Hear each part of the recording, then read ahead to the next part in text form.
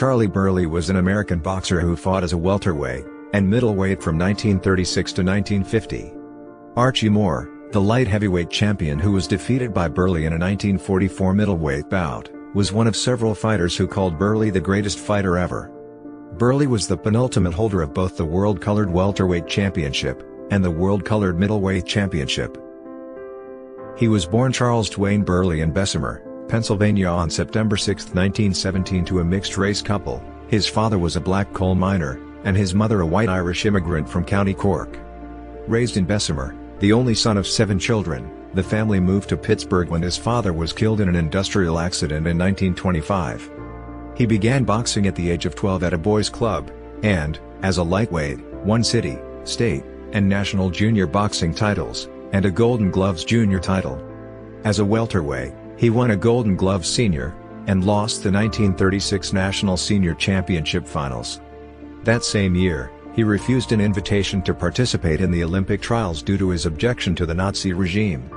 He did accept an invitation to attend a scheduled workers' games to be held in Republican Spain as a protest to the 1936 Berlin Summer Olympics, but the games were cancelled by the outbreak of the Spanish Civil War. Burley had also excelled at baseball. He reportedly was offered a contract by the Homestead Grays, the local Negro Leagues franchise. The 5 feet 9 inches half Burley fought at weights between 145 and 162 pounds. He made his pro debut on September 29, 1936, fighting as a welterweight at 150 3/4 pounds, at Pittsburgh's Moose Temple. He knocked out George Liggins in the 4th round of a 4-round bout. Less than 2 years later, on August 22, 1938, Burley met the Cocoa Kid at Hickey Park in Millvale, Pennsylvania for the World Colored Welterweight Championship. He won a unanimous decision in the 15-round bout, knocking the Kid to the canvas 3 times, and defeating him decisively, taking his title.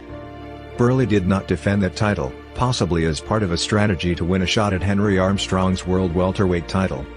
He won the World Colored Middleweight title in a 9th-round technical knockout against Holman Williams at Victory Arena in New Orleans, Louisiana on August 14, 1942.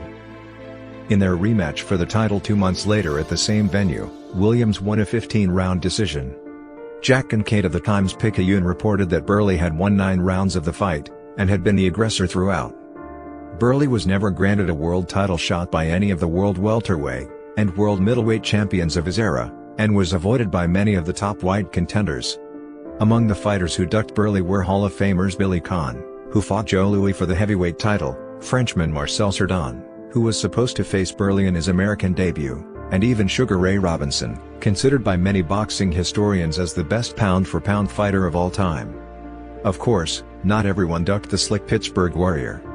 Burley won 2 out of 3 matches against future welterweight champion Fritzy Zivik, defeated the great Archie Moore by decision, and easily defeated future NYSAC middleweight king Billy Seuss. Burley also faced future heavyweight champion Ezzard Charles, but dropped 2 10-round decisions to him. The bouts were contested within a 5-week period, sandwiching a fight against Williams. Another notable Burley fight was the one against heavyweight J.D. Turner, who outweighed him by around 70 pounds. Turner, face-beaten to raw beefsteak in 6 rounds, failed to answer the bell for the 7th. The Ring, June 1942. Burley himself was never stopped in 98 bouts.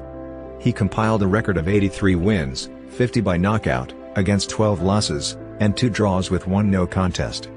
He also battled financial problems at times during his career, which is why he's thought to have lost some of the fights he did, and was forced to work as an aircraft mechanic and garbage man in order to earn enough money to live off.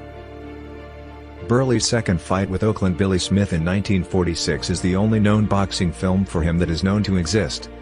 It shows a conservative counter-puncher taming a much larger opponent with relative ease. Burley's former sparring partner A.J.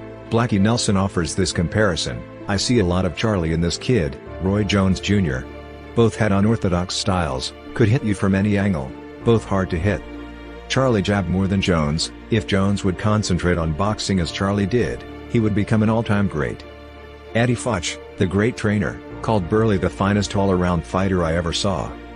Burley was named to the Ring magazine's list of 100 greatest punchers of all time, elected to the Boxing Hall of Fame in 1983, and the International Boxing Hall of Fame in 1992.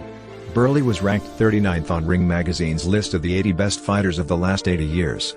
An exhibit at the Western Pennsylvania Sports Museum at Pittsburgh's Senator Heinz History Center states that Burley was the model for the character Troy in August Wilson's play Fences. Burley has a professional record of 98 fights, with 83 wins, 12 losses, 2 draws, and 1 no contest.